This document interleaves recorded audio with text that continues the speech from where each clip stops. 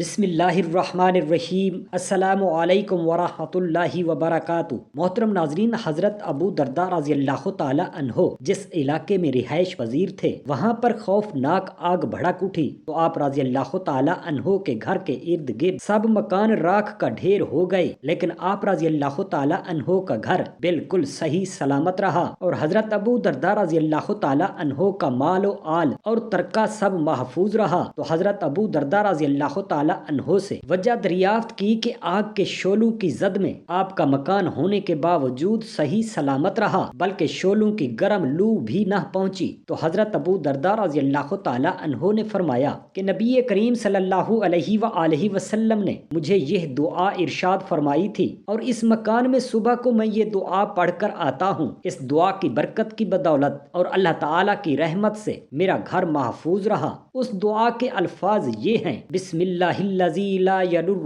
مع اسمہ شیء فی الارض ولا فی السماء وہو السمیع العلیم۔ یہ عجیب اتفاق ہے کہ معاہدہ لکھا جا چکا تھا، لیکن ابھی اس پر فریقین کے دستخط نہیں ہوئے تھے کہ اچانک سہیل بن عمر کے صاحبزادے حضرت ابو جندل رضی اللہ تعالی عنہ اپنی بیڑیاں گھسیٹتے ہوئے گرتے پڑتے حدیبیہ میں مسلمانوں کے درمیان آن پہنچے۔ سہیل بن عمر اپنے بیٹے کو دیکھ کر کہنے لگا کہ اے محمد صلی اللہ علیہ وسلم، اس معاہدہ کی دستاویز پر دستخط کرنے کے لیے میری پہلی شرط یہ ہے کہ آپ ابو جندل کو میری طرف واپس لوٹائیے۔ آپ صلی اللہ علیہ وسلم نے فرمایا کہ ابھی تو اس معاہدہ پر فریقین کے دستخط ہی نہیں ہوئے، ہمارے اور تمہارے دستخط ہو جانے کے بعد یہ معاہدہ نافذ ہوگا۔ یہ سن کر سہیل بن عمر کہنے لگا، پھر جائیے، میں آپ سے کوئی صلح نہیں کروں گا۔ آپ صلی اللہ علیہ وسلم نے فرمایا کہ اچھا اے سہیل، تم اپنی طرف سے اجازت دے دو کہ میں ابو جندل کو اپنے پاس رکھ لوں۔ اس نے کہا کہ میں ہرگز کبھی اس کی اجازت نہیں دے سکتا۔ حضرت ابو جندل رضی اللہ تعالی عنہ نے جب دیکھا کہ میں پھر مکہ لوٹا دیا جاؤں گا، تو انہوں نے مسلمانوں سے فریاد کی اور کہا کہ اے جماعت مسلمین، دیکھو میں مشرکین کی طرف لوٹایا جا رہا ہوں، حالانکہ میں مسلمان ہوں اور تم مسلمانوں کے پاس آ گیا ہوں۔ کفار کی مار سے ان کے بدن پر چوٹوں کے جو نشانات تھے، انہوں نے ان نشانات کو دکھا دکھا کر مسلمانوں کو جوش دلایا۔ حضرت عمر فاروق رضی اللہ تعالی عنہ پر حضرت ابو جندل رضی اللہ تعالی عنہ کی تقریر سن کر ایمانی جذبہ سوار ہو گیا، اور وہ دن دناتے ہوئے بارگاہ رسالت میں پہنچے اور عرض کیا کہ آپ سچ مچ اللہ کے رسول نہیں ہیں؟ ارشاد فرمایا کیوں نہیں؟ انہوں نے کہا کہ کیا ہم حق پر اور ہمارے دشمن باطل پر نہیں ہیں؟ حضور نے ارشاد فرمایا کہ کیوں نہیں؟ انہوں نے کہا تو پھر ہمارے دین میں ہم کو یہ ذلت کیوں دی جا رہی ہے؟ آپ صلی اللہ علیہ وسلم نے فرمایا کہ اے عمر، میں اللہ کا رسول ہوں، میں اس کی نافرمانی نہیں کرتا ہوں، وہ میرا مددگار ہے۔ پھر حضرت عمر رضی اللہ تعالی عنہ نے عرض کیا کہ یا رسول اللہ صلی اللہ علیہ وسلم، کیا آپ ہم سے یہ وعدہ نہ فرماتے تھے کہ ہم ان قریب بیت اللہ میں آ کر طواف کریں گے؟ ارشاد فرمایا کہ کیا میں نے تم کو یہ خبر دی تھی کہ ہم اسی سال بیت اللہ میں داخل ہوں گے؟ حضرت عمر نے کہا کہ نہیں۔ آپ صلی اللہ علیہ وسلم نے ارشاد فرمایا کہ میں پھر کہتا ہوں کہ تم یقیناً کعبہ میں پہنچو گے اور اس کا طواف بھی کرو گے۔ دربار رسالت سے اٹھ کر حضرت عمر رضی اللہ تعالی عنہ حضرت ابو بکر صدیق رضی اللہ تعالی عنہ کے پاس آئے اور وہی گفتگو کی جو بارگاہ رسالت میں عرض کر چکے تھے۔ حضرت ابو بکر صدیق رضی اللہ تعالی عنہ نے فرمایا کہ اے عمر، وہ خدا کے رسول ہیں، وہ جو کچھ کرتے ہیں اللہ تعالی ہی کے حکم سے کرتے ہیں، وہ کبھی خدا کی نافرمانی نہیں کرتے، اور خدا ان کا مددگار ہے، اور خدا کی قسم یقیناً وہ حق پر ہیں، لہٰذا تم ان کی رکاب تھامے رہو۔ حضرت عمر رضی اللہ تعالی عنہ پر تمام عمر ان باتوں کا صدمہ اور سخت رنج و افسوس رہا جو انہوں نے جذبہ بے اختیاری میں حضور صلی اللہ علیہ وسلم سے کہہ دی تھیں۔ زندگی بھر اس سے توبہ و استغفار کرتے رہے، اور اس کے کفارہ کے لیے انہوں نے نمازیں پڑھی، روزے رکھے، خیرات بھی کی، غلام آزاد کیے، لیکن یہ بڑے سخت امتحان اور آزمائش کا وقت تھا۔ ایک طرف حضرت ابو جندل رضی اللہ تعالی عنہ گڑ گڑا کر مسلمانوں سے فریاد کر رہے ہیں، اور ہر مسلمان اس قدر جوش میں بھرا ہوا ہے کہ اگر رسول اللہ صلی اللہ علیہ وسلم کا ادب مانے نہ ہوتا تو مسلمانوں کی تلواریں نیام سے باہر نکل پڑتی۔ دوسری طرف معاہدہ پر دستخط ہو چکے ہیں، اور اپنے عہد کو پورا کرنے کی ذمہ داری سر پر آن پڑی ہے۔ حضور اقدس صلی اللہ علیہ وسلم نے موقع کی نزاکت کا خیال کرتے ہوئے حضرت ابو جندل رضی اللہ تعالی عنہ سے فرمایا کہ تم صبر کرو، ان قریب اللہ تعالیٰ تمہارے لیے اور دوسرے مظلوموں کے لیے ضرور کوئی راستہ نکالے گا۔ ہم صلح کا معاہدہ کر چکے، اب ہم ان لوگوں سے بد عہدی نہیں کر سکتے۔ حضرت ابو جندل رضی اللہ تعالی عنہ کو اس طرح پابند زنجیر پھر مکہ واپس جانا پڑا۔ جب صلح نامہ مکمل ہو گیا تو حضور انور صلی اللہ علیہ وسلم نے صحابہ کرام کو حکم دیا کہ اٹھو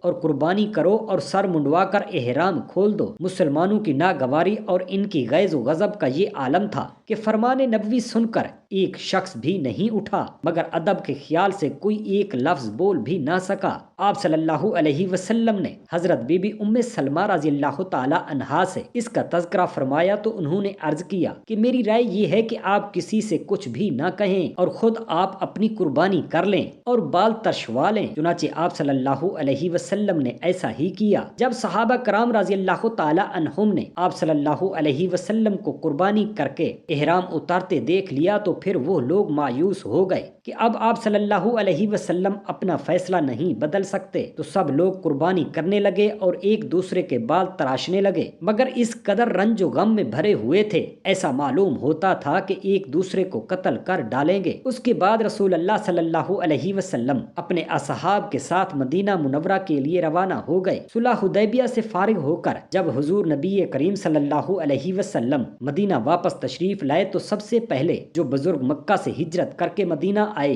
وہ حضرت ابو بصیر رضی اللہ تعالی عنہ تھے۔ کفار مکہ نے فوراً ہی 2 آدمیوں کو مدینہ بھیجا کہ ہمارا آدمی واپس کر دیجئے۔ حضور انور صلی اللہ علیہ وسلم نے حضرت ابو بصیر رضی اللہ تعالی عنہ سے فرمایا کہ تم چلے جاؤ، تم جانتے ہو کہ ہم نے کفار قریش سے معاہدہ کر لیا ہے اور ہمارے دین میں عہد شکنی اور غداری جائز نہیں ہے۔ حضرت ابو بصیر رضی اللہ تعالی عنہ نے عرض کیا کہ یا رسول اللہ صلی اللہ علیہ وسلم، کیا آپ مجھ کو کافروں کے حوالہ فرمائیں گے تاکہ وہ مجھ کو کفر پر مجبور کریں؟ آپ صلی اللہ علیہ وسلم نے ارشاد فرمایا کہ تم جاؤ، خداوند کریم تمہاری رہائی کا کوئی سبب بنا دے گا۔ آخر مجبور ہو کر حضرت ابو بصیر رضی اللہ تعالی عنہ دونوں کافروں کی حراست میں مکہ واپس ہو گئے، لیکن جب مقام ذوالحلیفہ میں پہنچے تو سب کھانے کے لیے بیٹھے اور باتیں کرنے لگے۔ حضرت ابو بصیر رضی اللہ تعالی عنہ نے ایک کافر سے کہا کہ تمہاری تلوار بہت اچھی معلوم ہوتی ہے۔ اس کافر نے خوش ہو کر نیام سے تلوار نکال کر دکھائی اور کہا کہ بہت ہی عمدہ تلوار ہے اور میں نے 12 لڑائیوں میں اس تلوار کا تجربہ کیا ہے۔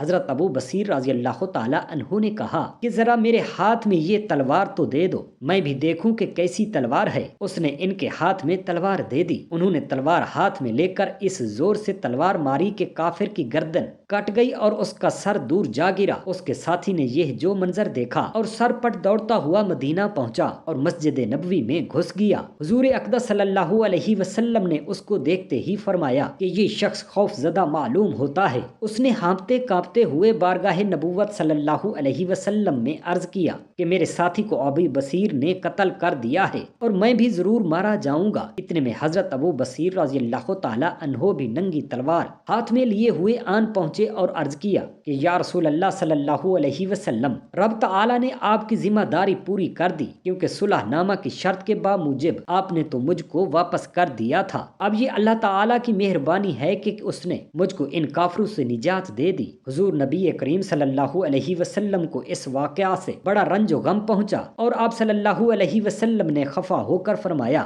اس کی ماں مرے، یہ تو لڑائی بھڑکا دے گا، کاش اس کے ساتھ کوئی آدمی ہوتا جو اس کو روکتا۔ حضرت ابو بصیر رضی اللہ تعالی عنہ اس جملہ سے سمجھ گئے کہ میں پھر کافر کی طرف لوٹا دیا جاؤں گا، اس لیے وہ وہاں سے چپکے سے کھسک گئے اور ساحل سمندر کے قریب مقام عیس میں جا کر ٹھہرے۔ ادھر مکہ سے حضرت ابو جندل رضی اللہ تعالی عنہ اپنی زنجیر کاٹ کر بھاگے اور وہ بھی وہیں پہنچ گئے۔ پھر مکہ کے دوسرے مظلوم مسلمانوں نے بھی موقع پا کر کفار کی قید سے نکل کر وہاں پناہ لینی شروع کر دی، یہاں تک کہ اس جنگل میں 70 آدمیوں کی جماعت ہو گئی۔ کفار قریش کے تجارتی قافلوں کا یہی راستہ تھا، جو بھی قافلہ آمد و رفت میں یہاں سے گزرتا یہ لوگ اس کو لوٹ لیتے، یہاں تک کہ کفار قریش کے ناک میں دم کر دیا۔ بالآخر کفار قریش نے خدا اور رشتہ داری کا واسطہ دے کر حضور اقدس صلی اللہ علیہ وسلم کو خط لکھا کہ ہم صلح نامہ میں اپنی شرط سے باز آ گئے ہیں، آپ لوگوں کو سہل سمندر سے مدینہ بلا لیجئے، اور اب ہماری طرف سے اجازت ہے کہ جو مسلمان بھی مکہ سے بھاگ کر مدینہ جائے آپ اس کو مدینہ میں ٹھہرا لیجئے، ہمیں اس پر کوئی اعتراض نہ ہوگا۔ ایک روایت میں یہ بھی ہے کہ قریش نے خود ابو سفیان کو مدینہ بھیجا